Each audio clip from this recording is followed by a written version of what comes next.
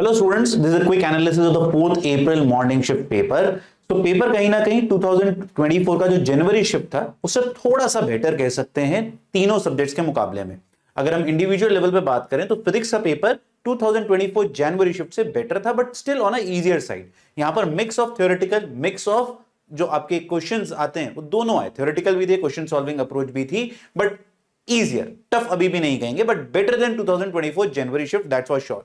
Electromagnetism की weightage अच्छी थी। कई बच्चों को एक क्वेश्चन दिखा होगा पोटेंशियोमीटर, बट वो आउट ऑफ सिलेबस नहीं कह सकते। क्यों? क्योंकि वो बड़े आराम से बिना पोटेंशियोमीटर का पढ़े हुए भी सॉल्व कर सकते थे। Talking about the chemistry part, chemistry में आपको लगता होगा कि सर वेटेज इनऑर्गेनिक की कम ज्यादा, काफी हद तक पेपर जो है इक्वल वेटेज वाला रहा, जैसा जनवरी में वेटेज रहा था कि इनऑर्गेनिक की वेटेज अच्छी आई। फिजिकल जो था कुछ सेक्शन बी में था, पर ऐसा नहीं था कि सारा ही सेक्शन बी में फिजिकल था, it was split equally.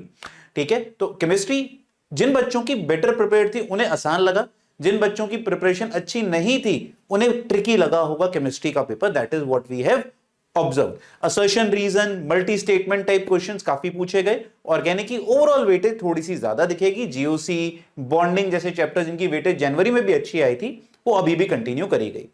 Maths की अगर बात करते हैं, मैथ्स में जो पहले 2-3 पेपर जनवरी में जितने आसान आए थे, ये पेपर शायद उतना आसान नहीं था। आसान और लेंदी दो अलग चीजें होती हैं। तो ये पेपर आप बोल सकते हैं कई कई जगहों पे मैथ्स का बड़ी स्कोरिंग अपॉर्चुनिटीज देता था, but it was still on a lengthier side and it was better than the easier shifts of the January attempt.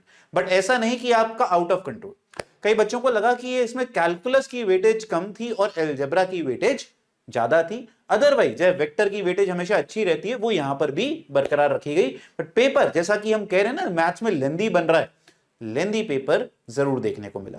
सो जो आगे के बच्चे हैं अपनी पढ़ाई करते रहें, बहुत ज्यादा डिटेल में घुसने से कोई फायदा होता नहीं है, कभी भी अपनी रिवीजन करते रहो। अभी ये बहुत क्विक एनालिसिस है, बहुत अर्लियर रिएक्शंस हैं। जब पेपर आता है तो बहुत कुछ अलग होता है।